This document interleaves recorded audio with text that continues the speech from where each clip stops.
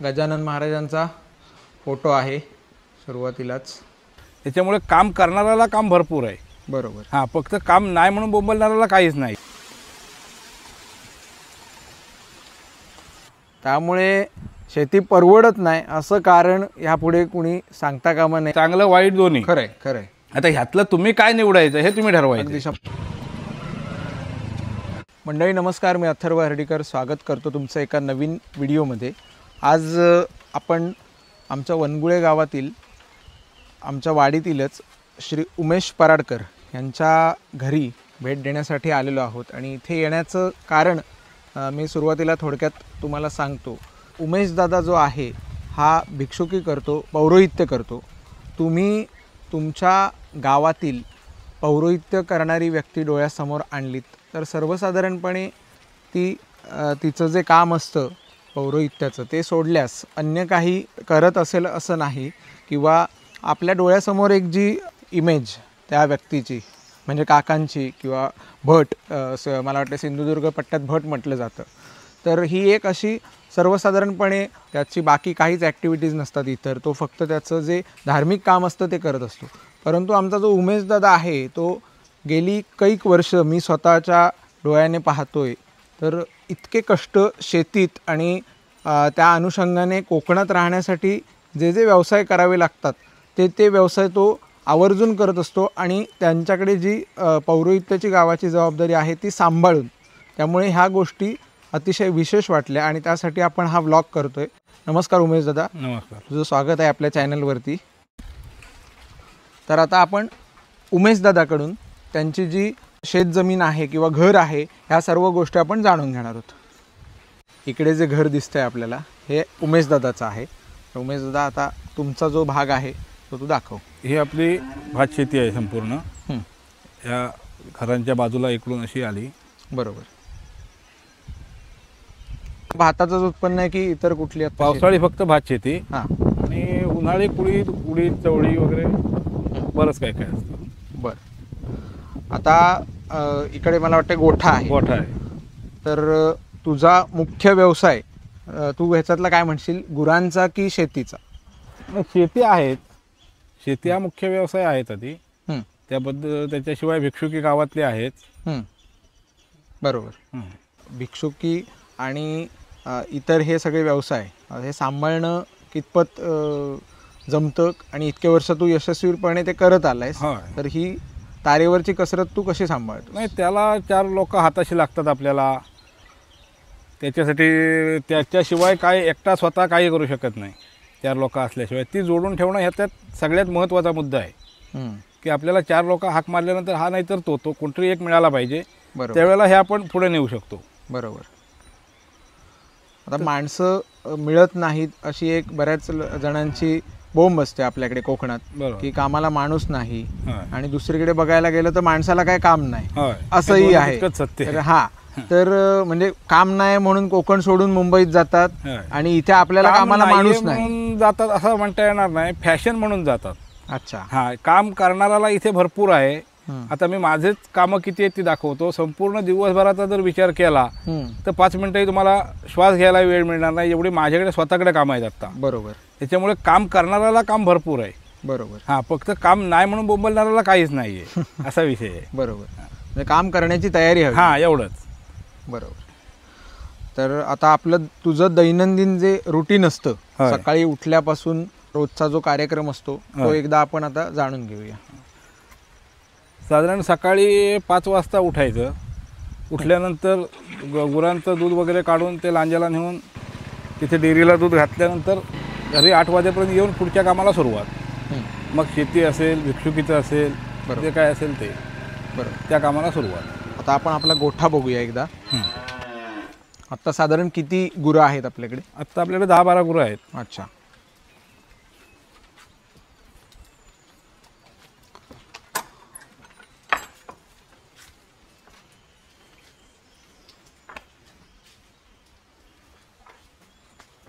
ही HF घरची पाडी आहे।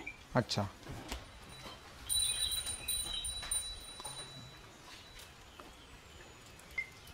किती गायी आणि किती म्हशी असं काय आहे? आता 2 गायी, ही अजून पाडीच आहे। अच्छा। 2 म्हशी बरोबर. आणि हे आहे हे सगळं घरचं सगळं. हां, ओके. हे स्वतः तयार केलेलं स्वतः सगळं तयार केलेलं. केलेलं आहे. बरोबर. फक्त ह्या 2 गायी आत्ता आणलेल्या आहेत, ती म्हैस एक बाहेरून आणलेली आहे. अच्छा. बाकी सगळं घरचंच. बरोबर. शेतीचा व्यवसाय परवडतो म्हणजे तो सगळी साखळी आहे, ती एकावर एक अवलंबून आहेत सगळं. तुम्ही नुसती गुरं बाळगलीत तरी चालणार नाही. शेती आणि गुरं हे दोन्ही जर एकत्र ठेवलं तर त्यातून फायदा आहे. शेतीतून येणारं गवत त्याला मिळालं तर तो एक खर्च आपला कमी होतो. पडीक जागेत तुम्ही गवताची लागवड केली, तो मुरघास वगैरे केला तर ते परवडतं. अच्छा. तो फरक पडतो. तुम्ही मुरघास बनवता स्वतः? हा, मी स्वतः मुरघास बनवतो. अच्छा. हां. बरं. आता त्याच्यासाठी लागणारी माहिती ह्या मोबाईलच्या यूट्यूबच्या माध्यमातूनच मिळते. बरोबर. फक्त ते आपल्याला काय पाहिजे हे आपण शोधित राहायला पाहिजे. मोबाईल घेतल्यानंतर लोक असंही म्हणतात की तुला दुसरा उद्योग नाही, मोबाईल घेऊन बसलाय. मोबाईलमध्ये सुद्धा पोट भरणं आहे. बरोबर. मोबाईल घेतलात म्हणजे नुसते गेमच आहेत अशा भाग नाही, त्याच्यात सगळं आहे, चांगलं वाईट दोन्ही. खरंय खरंय. आता ह्यातलं तुम्ही काय निवडायचं हे तुम्ही ठरवायचं. अगदी 100%. आणि आपला सुद्धा हाच उद्देश आहे की ह्या आता आपण हा जो व्हिडिओ बनवतोय हा जसं तू आज हे सगळं करतोयस तसंच कोणाला तरी ह्यातून प्रेरणा मिळेल. बरोबर. मी म्हणतो 100तल्या एकानं जरी घेतलं काहीतरी आणि वाटलं की नाही ह्याला जमतंय तर आपल्याला काय नाही, अशा प्रकारे केलं तर तोच एक समाजोपयोगी गोष्ट ती ठरेल. छोट्या छोट्या कालवडी सुद्धा आहेत. आता ह्या सुद्धा आपण तयार करणार की कसं? हो हो. आणि ह्यातले आता रेडे जे असतात, रेडे किंवा हा, ते शेतकऱ्यांना द्यायचे. शेतकऱ्यांना द्यायचे. पण अजूनही लोक मशीन शिवाय म्हणजे गुरं वापरून करणारे आहेत. अच्छा. बरोबर. अजून काय विशेष सांगता येईल ह्या व्यवसायातलं आपण जे करतोय? ह्या व्यवसायातलं म्हणजे आपण शेती करतो, शेतीचे बांध जे मोकळे असतात, जशी घाटावर पद्धत असते आंतरपीक, तसं आपण हे पीक घेऊ शकतो चाऱ्याचं, की जेणेकरून 12ही महिने ओला चारा मिळू शकतो. अच्छा. तुम्ही शेतात मळीत घालण्यापेक्षा असा जर बांधाला असेल तर तो त्याच्यातच होऊन जातो. उन्हाळी शेतात पाणी लावलं की ते त्यालाही मिळतं. बरोबर. त्याच्यात तोही होऊ शकतो. बरोबर.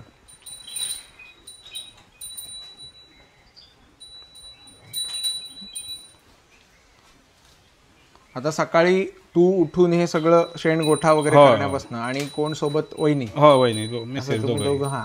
तर ही आहे राजश्री वहिनी. वहिनी नमस्कार. आता मगाशी बोलताना उमेश दादाने सांगितलं की तुम्ही दोघं सकाळी उठल्यापासून रोज वाड्यातलं सगळं करता. तर आता तुझ्याकडनं ऐकायचंय नेमकी काय जबाबदारी तुझी असते रोजची? म्हणजे काय ना, फक्त शेण काढची हा आणि गवत घालायची आणि दूध काढायला? दूध काढायला हल्ली आता बंद आहे. अच्छा. पण काढतेस तू? हा, काढता दूध. येतं सगळं? होय, सगळे येतं. ओके. तुझं माहेर कुठे होतं आणि तिकडे सवय ह्या सगळ्या कामाची होती काय? नाही, अजिबात नाही. काहीच नाही. जेवायची बसायची. इकडे इकडे बघून बोल. जेवायची आणि बसायची. हा, जेवायची आणि बसायची. अरे काय नाही, गुरं वगैरे काय नव्हती? काहीच नाहीये. पण मग इकडे कोकणात आल्यावर सगळं शिकलीस तू? होय. बरोबर. तुझं माहेर कुठे काय? कर्नाटक, कारवार. कर्नाटक. मग मराठीचा काय संबंध अगोदर नव्हता? नाही. मग इकडे आल्यावर किती दिवस गेले मराठी शिकायला? 1 वर्ष गेलं असणार. हा, 1 वर्ष. 1 वर्ष. पण आता एकदम व्यवस्थित समजतं, नाही बोलता नाही, येतं? व्यवस्थित येणारच नाहीये. कोकणी येतं त्याच्यात. हा, मिक्स होतं ते. होय. अच्छा. पण ठीक आहे, म्हणजे समजतं पूर्ण हा, आणि बोलताना थोडंसं अडकतं, कोकणी येतं. बरोबर, हरकत नाही. पण मग आता कसं वाटतं इकडे आल्यावर? हे सगळं असं कष्टाचं जीवन बरं वाटतं. आनंद आहे? हो, एकदम आनंद. बरोबर. तिथे इकडे बसूनच राहायचं ना माहेरात. काहीतरी माणसाला काम असलं तर वेळ जातो, होय. नाही तर काय करायचं हा पण प्रश्न. तुझं काय शिक्षण झालेलं आहे? 7वी पास. 7वी. अच्छा. तिकडे असं म्हणजे शिकता म्हणजे तिकडे शिक्षणाला कमी व्हॅल्यू होती त्यावेळेला म्हणून 7वी पास? कमी. तिकडे एकंदर सगळीकडे कमी? सगळं आहे पण शिकायला कमी पडलंय. अच्छा. शिक्षण. बरोबर. पुस्तक आहे. तुझी इच्छा कमी पडली? मला जायचं नव्हतं. बरोबर. अच्छा. बाकी आणि काय घरात मग हे वाड्यातलं काम झाल्यावर काय रुटीन? वाड्यातले काम मग घरातले बारीक काम करायचे. बरोबर. चालेल, धन्यवाद आम्हाला वेळ दिल्याबद्दल. तुम्ही दोघंही इथे इतके वर्ष मी बघत आलेलो आहे. होय. आणि खरोखरच कौतुकास्पद गोष्ट आहे ही की सातत्याने, कारण गुरांचा व्यवसाय असा आहे, आम्ही पण प्रयोग करून बघला, आम्हाला काय ते झेपलं नाही कारण शेवटी सुटी नाही होय कधीच. बरोबर म्हणजे म्हणतात तसं घरात एखादा प्रसंग आला तरी इथलं कधी बंद हा. करून चालत नाही, हे होय. याच्यातलं सर्वात महत्वाचा भाग महत्त्वाचं. आहे. इथे पोफळी लावण्याचं काय एक कारण म्हणजे आडोसा गुरांना. आडोसा सुरुवातीपासून होय, पूर्वीपासून आहे पूर्वीपासून त्या पद्धत आहे पद्धतीने. आणि सामान अडकवून ठेवणे. म्हणजे एक प्रकारची भिंत झाली हा, नैसर्गिक. हा.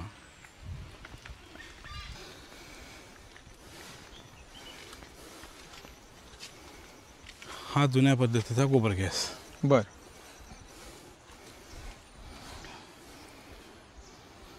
सिलेंडर तुम्हाला किती लागतात वर्षाला? सिलेंडर अजिबात नसला तरी चालतो.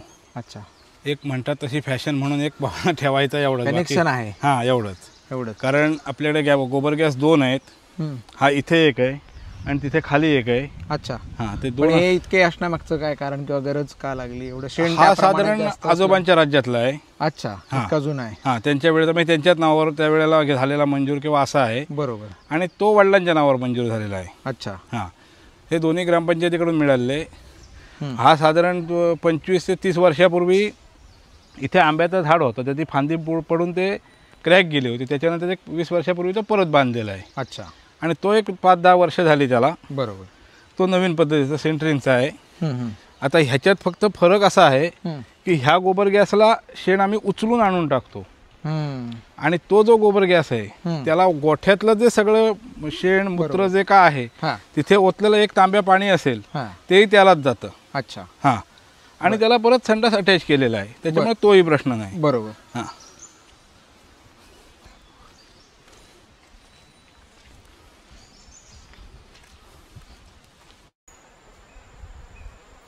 आगर पण नंतर विहीर वगैरे बघून येऊया की आत्ताच जाऊन येऊया? चालेल. पाऊस नाहीये तोपर्यंत.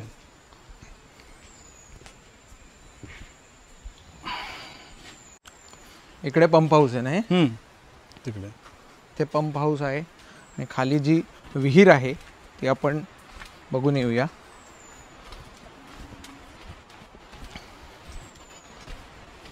घर बांधून किती वर्ष झाली मूळ? पहिल्या सुरुवातीला तरी साधारण 150 वर्षाच्या आसपास असतील. आहे ना, म्हणजे काकांच्या फाउंडेशन आधीच इतकं आहे. जुनं आहे. हां फाउंडेशन इतकं जुनं हो आहे. होय मला वाटतं सदुभाऊंच्या हो, काळापासून हो. म्हणजे असेल.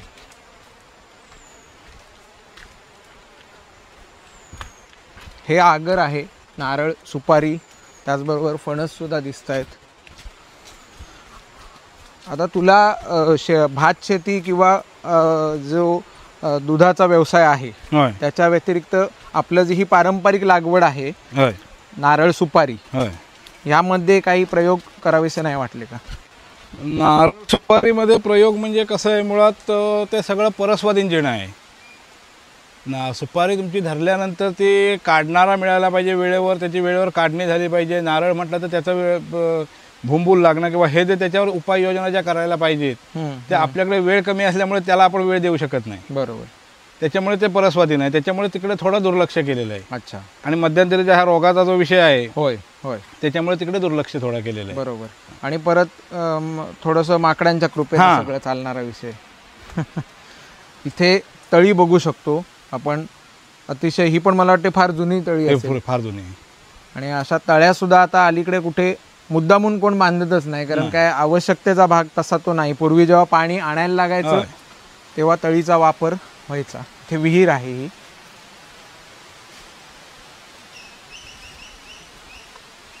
विहिरीला पाणी काय 12 महिने असतंच. होय. इथे बाजूलाच ओढा पर्याय असल्यामुळे हं. असं हे आगर आहे.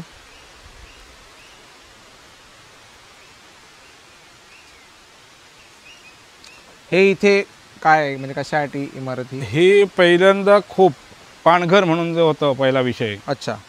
पहिल्यांदा पाणी इथेच असायचं. पंप येण्यापूर्वी, लाईट येण्यापूर्वी बर आंघोळी वगैरे इथे सगळं असायचं. बर. आणि जाताना एक कळशी कमीत कमी जाणारा घेऊन घेऊन जायची जायची. वरती. त्याच्यामुळे घरातलं पाणी भरणं हाही विषय त्यातून व्हायचा. बरोबर व्यायामही व्हायचा बरोबर आणि कामही घरातलं होऊन जायचं, पाणीही मिळायचं घरात. बरोबर.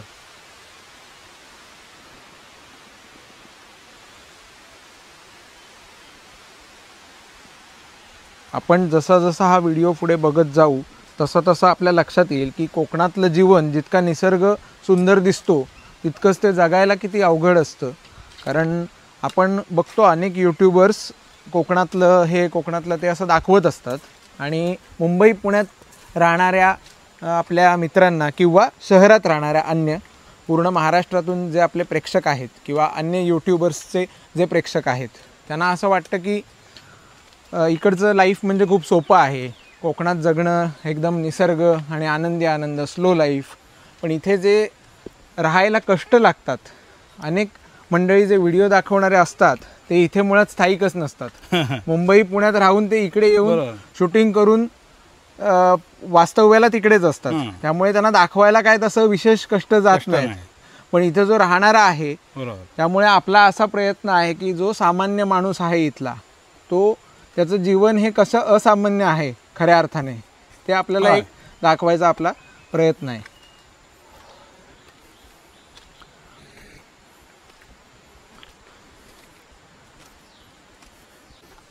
बरं, आता आपण आपलं जे घर आहे ते एकदा बघून घेऊ कसं आहे, दाखवायला सुरुवात करू. हे अंगण, हो, गजानन महाराजांचा फोटो आहे सुरुवातीलाच. त्याचप्रमाणे इकडे गणपती बाप्पा, इकडे झोपाळा आहे पारंपरिक पद्धतीचा आणि ह्या बाजूला तुळशी वृंदावन, इकडे पूर्ण आगर आहे.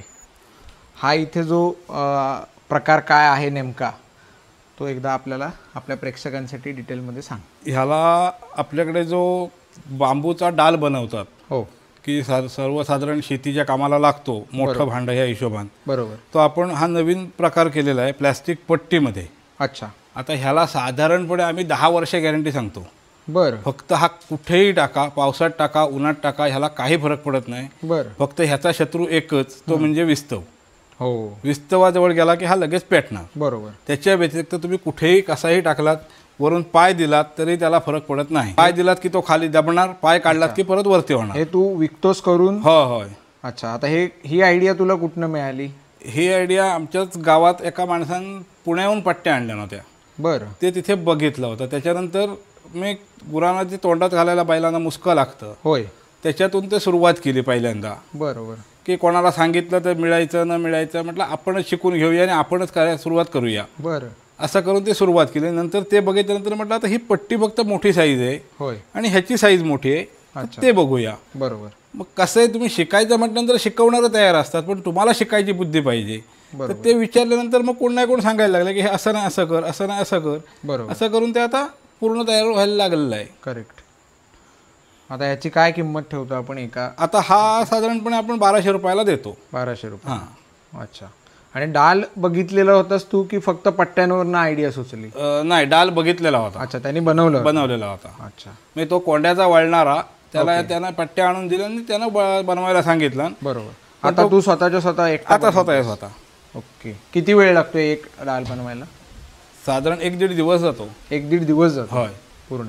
होय. अच्छा, पण मग आता रॉ मटेरियल सगळं कुठनं मागवायचं? स्क्रॅप पट्ट्या ह्या इथे मिळतात? होय, स्क्रॅपमध्ये. अच्छा, बरं. तर ही एक युनिक आयडिया आहे आणि हे प्रोडक्ट त्याचं व्यवसायात रूपांतर केलेलं आहे. आणि खऱ्या अर्थानं असंच जीवन असतं कोकणातलं, की एका कुठल्या इन्कमवर अवलंबून राहून चालत नाही. वेगवेगळे मार्ग कोकणी माणसाला शोधून काढायला लागतात इथे राहायचं म्हणजे, तरच आपण तरू शकतो, चांगल्या प्रकारे जीवनमान जगू शकतो. आपण आता आपलं घर बघूया. हे आपल्या जुन्या पद्धतीत पुढची पडवी म्हणतो आपण. हे माझं घर. होय. हे काय आहे? हे आपलं तेल काढण्याचं मशीन. तेल काढण्याचं मशीन? हां. अच्छा. तुमचं खोबरं असो, सोयाबीन असो, शेंगदाणा असो, अच्छा, सूर्यफूल असो, बरं, काही ज्यातून तेल निघतं ते सगळं. ओके. आता सोयाबीनचं म्हटलं तर तुम्हाला घाणेवाला देऊ शकत नाही काढून, बरोबर, पण ते आम्ही इथे काढू शकतो. होय. आणि परत कुठलीही भेसळ न करता. बरोबर. ते एखादा तुमचं शेंगदाण्याचं काढून झालं, खोललं, पूर्ण स्वच्छ कपड्यानं करू शकतो. परत जोडलं की दुसरं काय असेल ते टाकू शकतो. बरोबर. त्यामुळे शेंगदाण्याचा खोबऱ्याचा शेंगदाण्याला वास येण्याचाही संबंध येत नाही त्याच्यात काही. बरोबर. इकडे देवघर आहे. होय.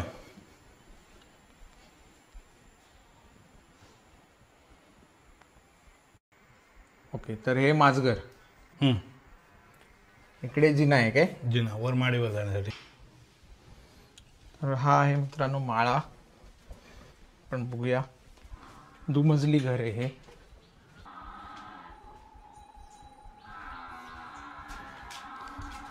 स्टोर रूम टाईप वरती माळ्याचा उपयोग केलेला आहे.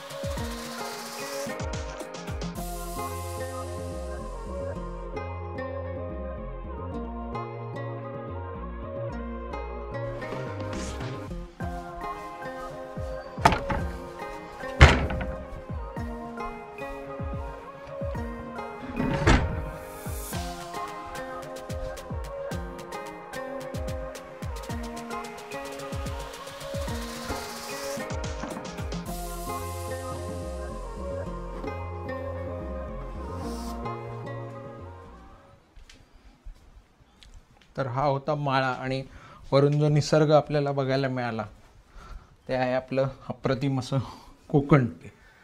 इथून पण म्हणजे देवघरात जायला हा आहे दरवाजा, रोजच्या वापरासाठी हा, होय. पूजेला जाण्यासाठी.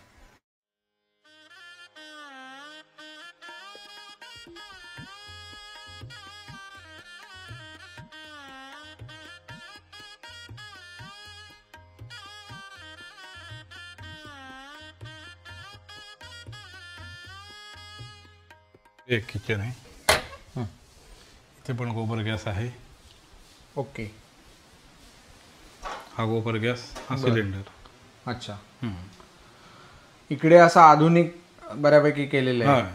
पण या दोन किचनचं काय कारण तसं? 2 किचन म्हणजे माणसं वाढल्यानंतर तिकडे गर्दी होते. बरोबर मग काही चहा असेल किंवा बारीक सारीक काय असेल ते इकडे चालू राहतं, बाकी तिकडे चालू राहतं बरोबर. असं. अच्छा. फ्रीज पाणी. हं.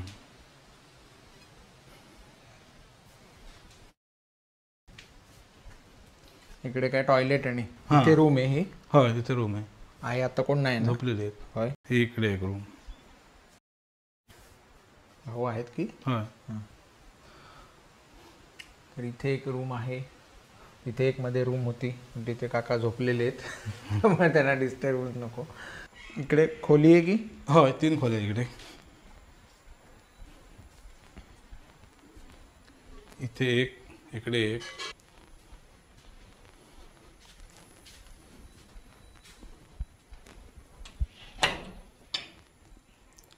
अच्छा.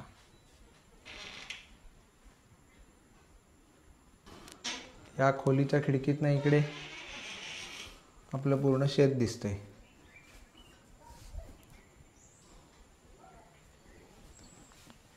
ह्या अलीकडे काढलेले आहेत की हे वाढवलेलं अलीकडे नाही. पहिल्यापासून आहे? कमी केलेलं आता. होय काय? अच्छा. हे असाच ढाचा आहे पहिल्यापासून हा? होय. प्लॅनिंग असं तसं? होय. ओके.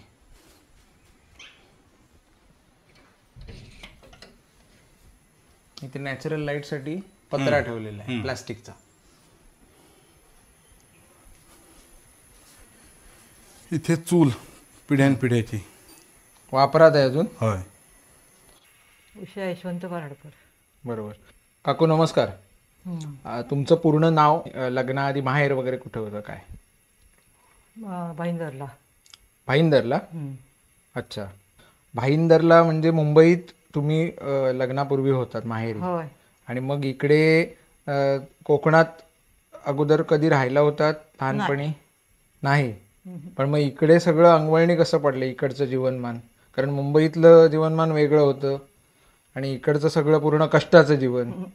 मग ते कसं सगळं तुम्ही स्वीकारलं? पहिले आम्ही खेडेगावात होतो ना, अच्छा आईच्या वडिलांकडे. अच्छा. लहानपणी ते कुठे? ते धुळे जिल्हा. होय. आणि मग काय वनगुळे गावात किती साली आलात? 75. 75. तेव्हापासून आजपर्यंत वनगुळेच. मग आता तुमचं दैनंदिन जीवन काय असतं? सकाळी उठल्यापासून काय काय कामं? सकाळी नाश्ता, भाकरी करणं. भाकरी करता तुम्ही अजून हो. स्वतः? आणि मग दुपारचं जेवण? दुपारी पोळ्या. अच्छा. आणि पूर्वी मला वाटतं फणसाची साठं तुम्ही करायचात, होय. मग ते अजून करता की? आता नाही, आता नाही. आता बंद केलं. अच्छा. काहीतरी गावातल्या आठवणी सांगा तुमच्या अशा. त्या काळी तुम्ही आलात तेव्हा कसं होतं, आता काळ कसा बदलला या संदर्भात. त्यावेळी लाईट वगैरे नव्हते. हां आता नंतर लाईट आले. बरोबर. रमेशच्या जन्मानंतर लाईट आले. अच्छा झाला तेव्हा. बरोबर. पण मग तुम्हाला तिकडे मुंबईतलं जीवनमान आणि इकडे गावात लाईट, तिकडे मुंबईत होतात म्हणजे लाईट वगैरे सगळं व्यवस्थित असणार, आणि इकडे एकदम लाईट शिवाय जिथे आपण राहायला लागते, मग ती ॲडजस्टमेंट सुरुवातीच्या काळात कशी गेली? काय नाही, मग सवय झाली. सवय झाली. बरोबर. आता काय सुरू आहे? दूध तापवणं, दुधाकडे लक्ष आहे. अर्धा जीव तिकडे वाटतं तुमचा, दूध ओतून नाही ना जाणार ह्या नादात. हे तेल काढण्यासाठी खोबरं कटिंग करावं लागतं, त्याचं मशीन आहे. ओके.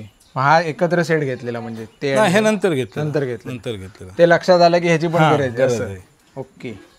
मग जशी मागणी वाढायला लागली ना, खोबरं लोकांचं यायला लागलं आणि तेल काढायला 10 किलो 20 किलोची जेव्हा पाळी आली त्यावेळेला मग कटिंगचा प्रश्न आला, बरोबर.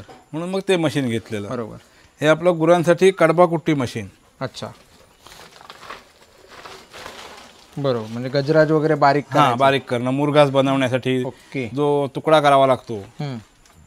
हा इकडे आपला मसाला डंक आहे. ओके. हा पण मला वाटतं खूप वर्षांचा होय. आहे. बरोबर. लाल मिरची पावडर, मिरची पावडर, हळद पावडर. ओके. ही आपल्याकडे चक्की, अच्छा. त्यातून आलेली हळद बारीक करणं, परत त्याच्यासाठी लागणारी चक्की इथे. बरोबर. हे सगळं जसं एकटा तू बघतोयस. हाय. ही आपली भाताची चक्की. ओके. सर्वसाधारण आताच्या परिस्थितीला बघता प्रत्येकाच्या घरी जाऊन लावलं तर लोकांना सोयीस्कर, आपल्यालाही सोयीस्कर. बरोबर. पण मग हे तुम्ही नेता कसं? 2 गडी खांद्यावरून नेऊ शकतात. ओके. किंवा ॲपेत, जिथे रस्ता असेल तिथे ॲपेतून न्यायचा. अच्छा. रस्ता नसेल तिथे खांद्यावर टाकायचं. याचं साधारण वजन किती असेल? साधारण 80च्या आसपास, 70-80. ओके. हलकं आहे म्हणजे? हलकं आहे. अच्छा. आणि मग त्याला सप्लाय म्हणजे इलेक्ट्रिक सप्लाय. पण मग तो बाहेर गेल्यावर त्यांच्या घरी कनेक्शन. अच्छा. बरं. किंवा जिथे सप्लाय पुरत नाही तिथे आम्ही पेट्रोल इंजिनचा सुद्धा प्रयोग केला आहे. ओके. हां, तोही करून झाला यंदा. बरं. ही हे इथे पण आपली- झालं यशस्वी झालं. ओके. इथे आपली पिठाची चक्की. अच्छा. म्हणजे सर्वसाधारणपणे बघायला गेलो तर नेमके व्यवसाय आपण मोजायला लागतील इतके आहेत. कारण एक झाला दुधाचा व्यवसाय, होय. त्याच्यानंतर शेती, होय. आणि भिक्षुकी. भिक्षुकी हा एक झाला विषय, आणि हा दळपाचा विषय. होय. त्याचप्रमाणे तू आता दाल बनवतोस तो एक विषय. होय.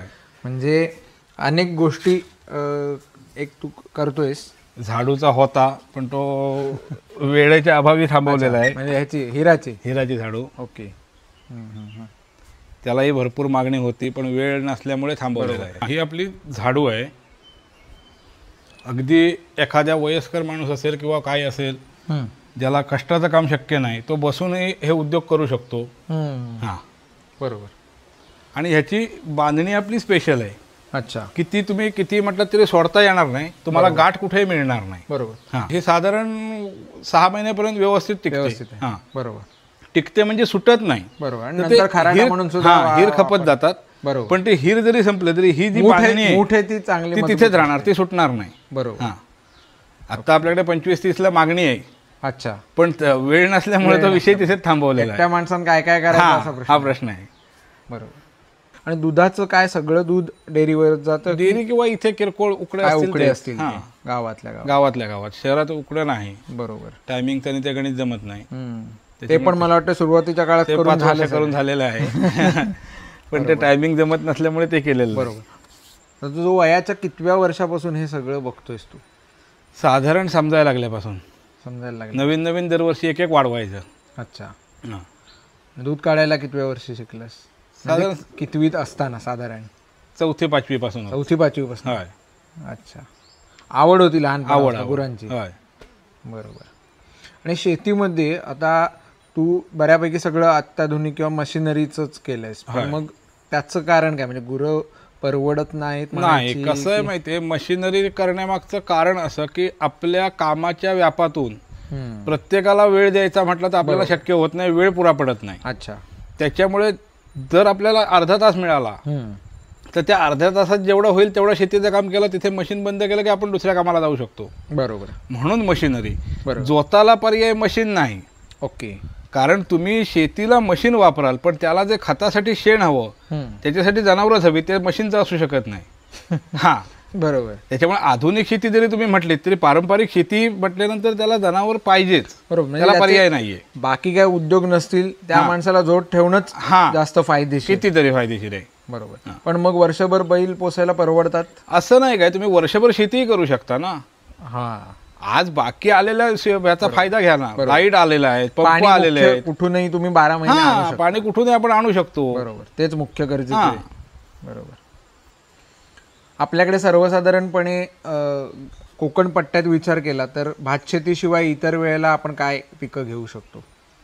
तसा विचार केला तर आपण काहीही कुठलंही पीक घेऊ शकतो, फक्त त्याचे अभ्यास करून त्याच्यात उतरलं पाहिजे.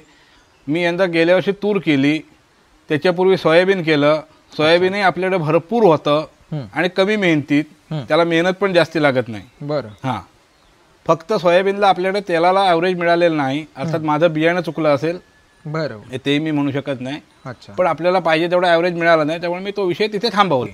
किंवा तीळ आहे, तीळ आपण करू शकतो. अच्छा. हां, मला आवर्जून सांगायला आवडेल की अनेक लोकांची स्वतःच्या हक्काची जमीनसुद्धा पडून असते आणि उमेशदादाने त्याच्या स्वतःच्या जमिनीसोबतच दुसऱ्याच्या जमिनीतसुद्धा तो शेती करतोय आणि त्याने तो व्यवहार केलेला आहे. ह्याचा अर्थ ही शेतीसुद्धा परवडते. तर ह्याविषयी काय सांगशील? मगाशीच मी सांगितलं की शेती परवडत नाही अशातला भाग नाही आहे. शेती तुम्ही कशी करता याच्यावर अवलंबून आहे मुळात. आता ही शेती जर करायची म्हटली, तुम्ही नुसतं भात किती पिकलं याच्यावर विचार केला तर काही मिळणार नाही. भाताबरोबर तुम्हाला गवत आहे, तुमची स्वतःची जनावरं तुम्ही घालवलीत, पण जे लोक घेणारे आहेत, जनावरं ज्यांच्याकडे आहेत, त्यांना गवत विकलं तर त्यातला 50% खर्च तिथे भागतो. आणि शेती जर स्वतः करायची असेल, केली घरच्या माणसांनी, तर त्याच्याहीपेक्षा फायदा आहे. बरोबर. आता मी जी शेती करतोय हा फक्त एकटा मी शेतीत आहे माझ्या घरातला. बरोबर. बाकी कोणी घरातला शेतीत नाहीये. अच्छा. हां, तरीही मी 3 शेतं करतोय. बरोबर. हां, त्याच्यामुळे ती परवडते नक्की. बरं, आज भात तुम्ही विकायला गेलात तरी भातालाही दर आहे. खरेदी विक्री संघात भातही विकत घेतात, त्याच्यामुळे तोही प्रश्न नाहीये. बरोबर. तुम्ही घातलेली रक्कम नक्की वसूल होऊन जाते. अच्छा. आणि जो जमीन मालक आहे त्याला काय असेल ते सगळं देऊन त्याला सुद्धा मोबदला परवडतं. द्यावाच लागतो, तर त्याला देऊन तेही परवडतं. तेही परवडतं. हां, त्यामुळे शेती परवडत नाही असं कारण यापुढे कुणी सांगता कामा नये. आता पहिली भाजावळ झालेली आहे. हो. त्याच्यानंतर उखळ झाली आहे पहिली. उखळ झाल्यानंतर आता दुसरा विषय कसा असतो, मशीन असल्यामुळे काही लोकांचं म्हणणं असं असतं की चिखल मळला जात नाही. त्याच्यामुळे आपण काय करतो, किंवा रान येतं त्यामुळे आपण अशी मळी चिखलवून ठेवतो. बरं. तिकडे पाणी जे हां, एकदा ती पाणी चिखलवून ठेवली, 2 दिवस 4 दिवस तशीच ठेवायची. असं संपूर्ण शेत चिखलवून ठेवल्यानंतर त्यातलं रानाचं प्रमाण जवळजवळ 90% नाहीसं होतं. ओके. हां, आता ह्या शेतात बघितलं तर लाजरीपासून सगळं आहे, की ज्याला पानाला सुद्धा काटा असतो असं पण रान ह्याच्यात आहे. पण ते चिखलनी केल्यामुळे ते रान कमी होतं. बरं. आणि त्याच्यामुळे पुढच्या ज्या बेंडण्याचा खर्च आहे तो कमी होतो. शिवाय बांधावरचं जे रान आहे त्याला तुम्ही औषध बांधावर फक्त मारलं तर ती बेंडणी कमी होते. बरोबर. हे नांगरणी मशीन. ओके. डिझेल इंजिन आहे. ते यंदा आपण सेकंडमध्ये घेतलेलं आहे. अच्छा. हां, कारण माझं डिझेल मशीन हाच विषय मुख्य आहे, पेट्रोल इंजिन नाही. कारण त्याला मेंटेनन्सच्या हिशोबाने ते परवडत नाही. बर.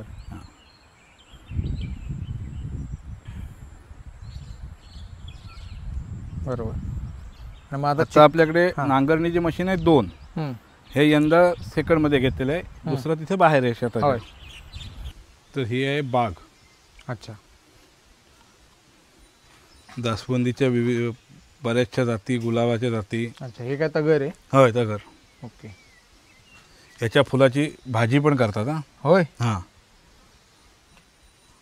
नॉर्मल आपली. अच्छा, डबल तगर आहे? डबल डबल डबल डबलचीच करतात? हा, डबलचीच करतात. अच्छा, फुलांची? फुलांची.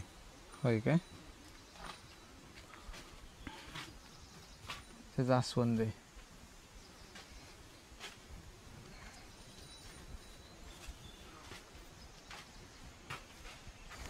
ही छोटी नारळ आहे काय? हां, ही साधारण पहिली पेंट त्याला जमिनीवरच येते. ओके. जमिनीपासून 1 फुटावर. हां हां, आणि त्याच्यानंतर पुढच्या वरती. म्हणजे नारळ म्हातारी होईपर्यंत आपण शिडी लावून नारळ काढू शकतो. ओके. तिथे दुसऱ्या माणसाची गरज नाही. अच्छा. हे आपलं अळू आहे, दुधाळू, जे आपण अळूवडीसाठी वापरतो. ओके. ते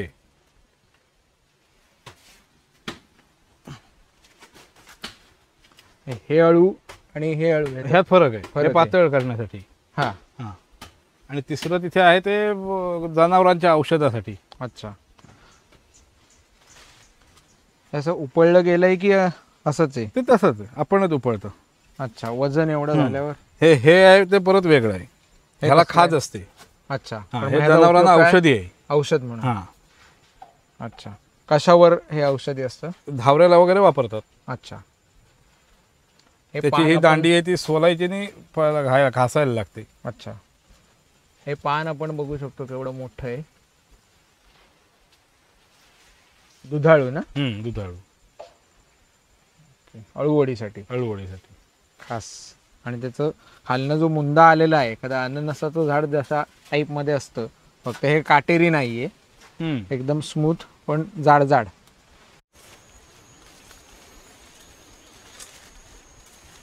हे घोरकण चिन्ह म्हणतो आपण. ते त्याला वरती पण फळं धरतात आणि खाली पण कांदा होतो. काय उपयोग त्याचा? दोन्हीची भाजी होते. भाजी होते? बटाट्यासारखी. होय काय? हां, फळं बटाट्यासारखी असतात? फळं बटाट्यासारखी. परत कांदा खाली मोठा असतो, अच्छा. त्याची भाजी करता येते. ओके. ही आत्ता आपण नवीन मारलेली शेड आहे. होय.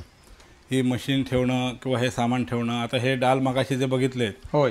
हां, ते आपण आपल्यासाठी वापरण्यासाठी घरगुती जे लागतात त्याच्यासाठी हे बनवलेले आहेत. ओके. ते कसंही तुम्ही ठेवलेत तरी त्याला काय फरक पडत नाही. बरोबर.